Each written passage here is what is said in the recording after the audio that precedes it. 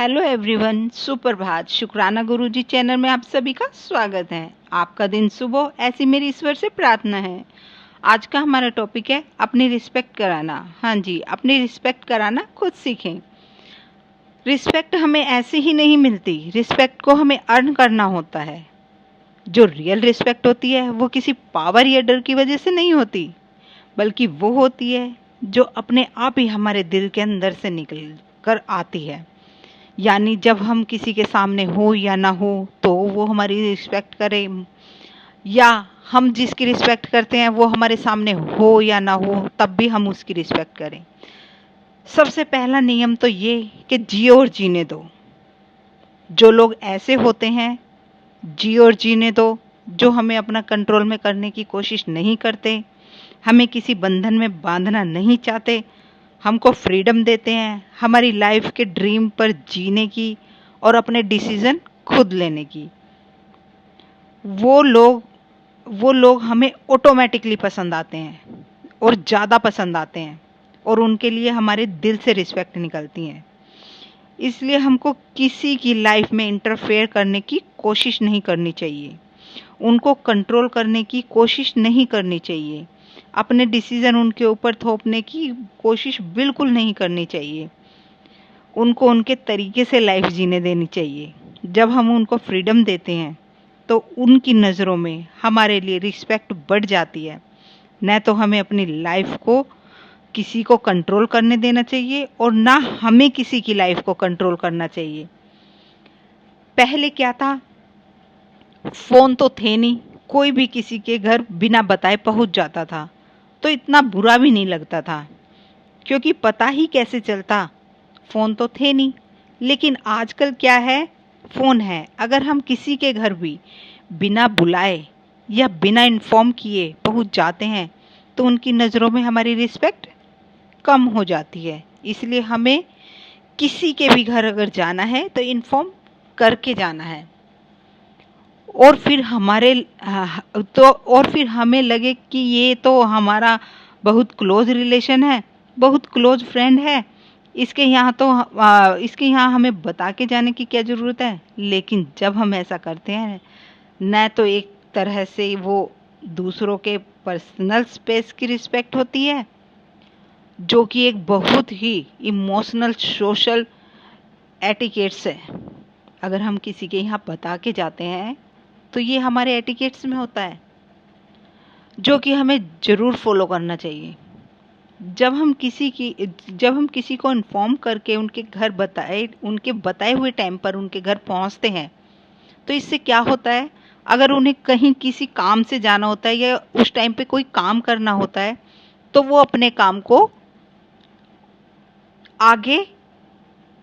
अगले समय में कर लेते हैं। मतलब वो अलग समय में उसका टाइम रख देते हैं कि अभी वो लोग आएंगे, उनको अटेंड करेंगे, और जो उनके काम बाकी के काम होते हैं वो उन्हें पहले से ही प्लान करके अलग टाइम पर कर लेते हैं या आने वाले टाइम में कर लेते हैं। तो इसलिए अगर हम चाहते हैं कि सब हमारी रिस्पेक्ट करें तो इसलिए बिना बुलाए बिना बताए किसी के घर नहीं जाएं।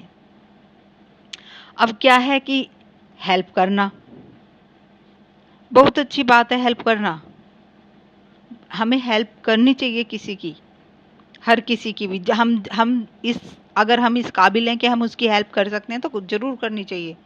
हमें जितनी ज़्यादा दूसरों की हेल्प करने की है कि वो उतनी ही हेल्प करनी चाहिए जितनी कि वो रिस्पेक्ट कर सकें हमारी। जैसे हमें क्या लगता है कि हम उनकी इतनी ज़्यादा हेल्प करते हैं कि फिर भी वो हमारी रिस्पेक्ट नहीं करते।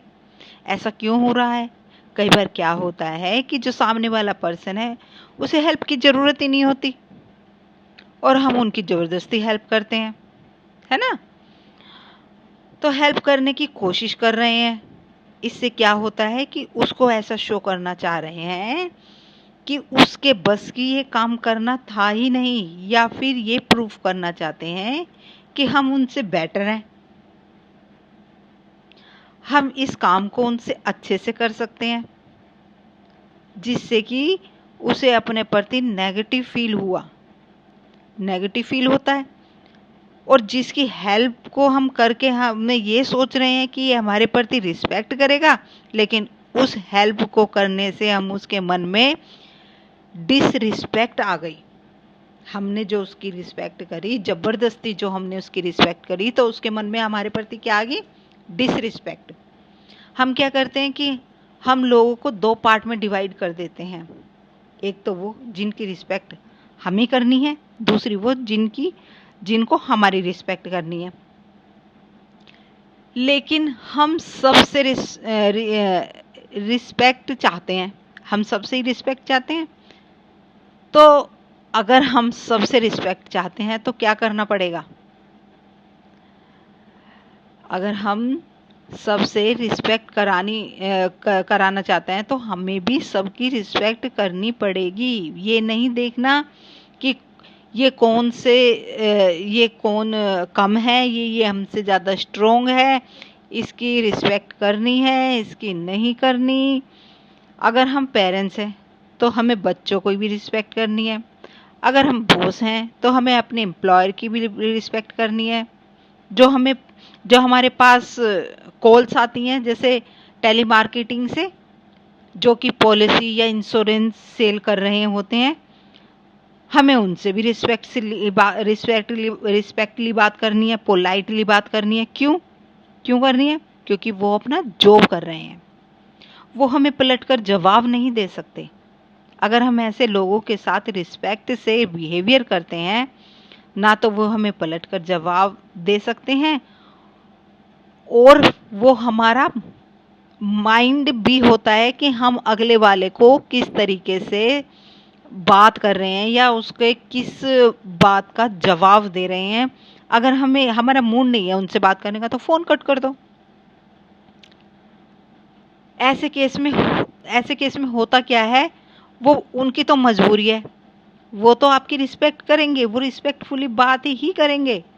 पर आपने अगर उनको डिसरिस्पेक्ट किया ना और उनसे ऊंची आवाज़ में बात की, जो मार्केटिंग से आपके पास कॉल आती है, अगर आपने उनकी रिस्पेक्ट नहीं की और उनको अपशब्द बोले, तो वो उल्टा जवाब नहीं देंगे, वो आपसे पोलाइटली ही बात करेंगे, रिस्पेक्टली ही बात करेंगे। क्यों? क्योंकि वो उनकी जॉब है। वो आपको बिल्कुल भी पलट कर जवाब नहीं दे सकते। लेकिन क्या है कि मन ही मन वो आपको बिल्कुल भी रिस्पेक्ट नहीं कर रहे होंगे।